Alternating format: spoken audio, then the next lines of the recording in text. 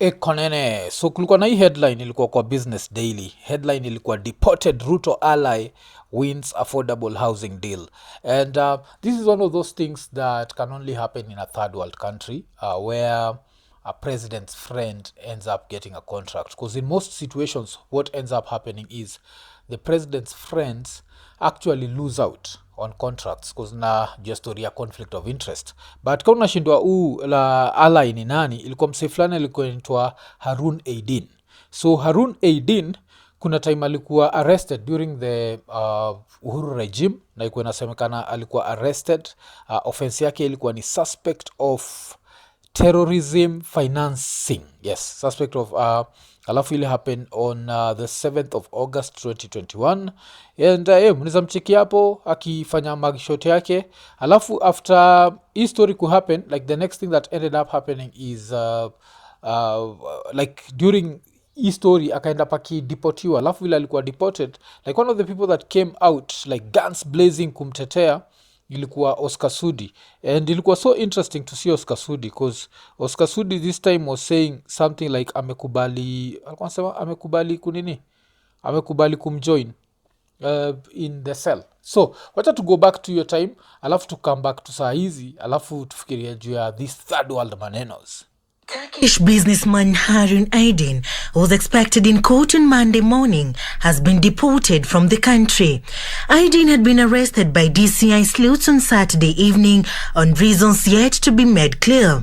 Aidin's legal team, led by lawyer Ahmed Nasir Abdullahi, accompanied by Kapsuret Member of Parliament Oscar Sudi, will confirm his deportation. Tumeconfirm, tulikuwa tumesikia kuanzia asubuhi, lakini tulikuwa tunataka confirmation kabisa.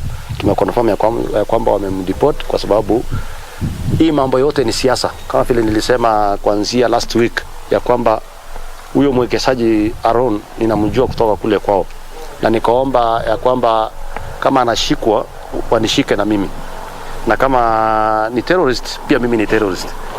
So na cheki. So kuna hii time Ubuda shatokea kama ashikwa pia mimi nishikwe, kama ni terrorist sasa pia mimi ni terrorist. And so he was deported, and after he was deported, deported, that is another interesting thing that happened ni kuna time Ruto aliend up aki-apologize on behalf of the Kenyan government, and this was interesting to hear. Akisema that yeye mwenyewe alikuwa anajua huyu Aidin, alikuwa anajua ni mse wa nguvu na vitu kaa hizo. And of course this unakumbuka hii ilikuwa ina happen time yake, ile time Ruto na Uhuru ilikuwa wasikizani, na hii pia ili happen when Ruto was still the deputy president of the Republic of Kenya. The deputy president has accused some government officials of what he has termed as political pettiness following the arrest and subsequent deportation of his business associate, Turkish national Harun Aidin. Ruto says he has talked to Aidin, who is now in Turkey, and apologized on behalf of the Kenyan government on what befell him Monday morning. The DP tweeted, and I quote, "Harun was politically arrested, tortured and falsely profiled as a terrorist, but later asked to fly out not to shame those involved." End of quote. Ruto terms this as shameful political pettiness, which is dangerous and expensive and could end up hurting the economy of the country. So this could end up hurting the economy of the country.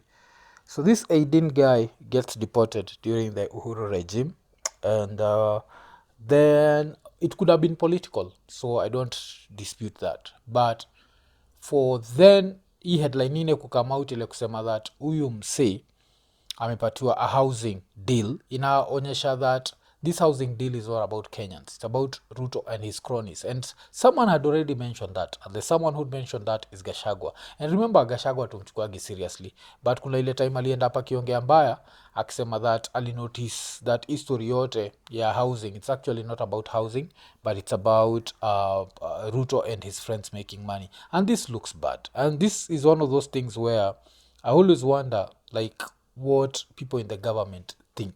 Like, Kenya can't just be a business. Like, Kenya is just a business and just use it to make money and your friends to make money. Because if I was Aidin, I'd also be very happy that Ruto is president and I'd be ready to make money. Like, I don't care if I deliver or I don't deliver.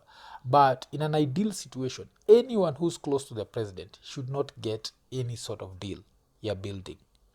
like the president should have no financial stake kwa hizi vitu, but with what we are hearing we actually know that the president, this is turning the president and making him richer, and tumekam tukanormalize hizi stories, and the more that we normalize them the more we are stuck in this rat. Unajua tutakuwa tu tuko hapa kutoka kwa this third worldness kwenda the next level itakuwa hard sana, because I remember nikiangalia images fulani sijui za Singapore in 1950 and Singapore right now, and you look at that level of development and you know there was no corruption involved, but as long as individuals have their own interests and they put their interest before the national interests, it becomes a problem. Wacha tucheki kile hii ni Gachagua alikuwa anasema juu ya history ya housing. Ukiangalia hii maneno ya affordable housing, it is the worst fraud against the people of Kenya. And it's good today I tell the country, and those are things he was telling me to go to TV to defend. I told him I will not. Mimi pia nikichwa ngumu. That housing, initially we believed in the president that ni ya kuleta ajira nini, maneno kizungu mingi, we looked okay until it came to my attention. It has nothing to do with housing. Ni biashara ya kwamba PS wa housing, ukitaka kujenga affordable housing you must go and sign a subcontract na kampuni ile tauza simiti na chuma na mabati, na hiyo kampuni watu wale wakubwa zaidi Kenya wako ndani ya wapi? So this housing levy inatolewa kwa watu ya Kenya is to make sure these houses are going on, ndio hao wauze simiti, wauze chuma, wauze mabati. That is what the president is accusing me of not understanding and being incompetent. Sasa mimi nauliza, na mimi nataka niseme, I want to assure the people of Kenya, this team I see here, and when I listen to the people of Kenya, because I listen a lot, once a new government is sworn in, that housing levy will have to be abolished so that we restore the dignity of the payslip. The dignity of the payslip. Macheki. So, is this guy incompetent? I think so. He's incompetent. I don't think... was he a national leader? No, he was not a national leader. But the saying in Akuagani, even a broken clock is right twice a day. So, now let's go back to this headline. Deported Ruto ally wins affordable housing deal. Deported Ruto ally. So, how are these deals being won? Because your friends, kunafaa kuwa na hiyo, like the conflict of interest means that your friends should not be anywhere near any deal. Politicians should not be anywhere near any deal, especially if it's something that's so divisive as the housing levy, where a lot of people don't feel like they need this housing levy. Like if I live somewhere in Homa Bay, sitaki housing levy. If I live somewhere in Yakach, sitaki. Like unaona, like naishi Ocha kwetu, naweza taka uniambia the water piping levy ile kwa like sasa we are going to have waters in the village, so kuna dams zinaniniwa, and we can actually see the first time tumelipa tunaona mmeanza kunini dam na ama mmeanza ku drill boreholes, alafu now we have water. Cause try and imagine how many times as Kenyans like plants udedi, wanyama udedi just because there's no water. What if we could just get the water from Kochini? Mtu ana irrigate his own land, anapata kanyasi, ya kanyasi kanaweza saidia nini. These things would help sana ikikam to water. Housing levy for Nairobi, yes, that makes sense. That should even be something like regional. Nishacheki places zingine, if I'm not wrong, na kama uko majuni za baki umeni correct on this, but if I'm not wrong, the states, hizo the United States, the states themselves nakuwaga na different like sort of taxes. So hii place unza taxiwa for this, hii place hautaxiwa for this, hii place unza taxiwa for this. I think place kama maybe if I'm not wrong, Texas inaga income tax, ama income tax yake ni low, I don't know, as I said. But I know place kama Delaware hakuna sales tax. That means if you buy stuff through Delaware, hakuna hiyo tax. So we are acting with different rules. What about if you are in Nairobi city? You wanna pay your housing levy a certain percentage. If you are in where else? If you are in Mombasa, una pay that.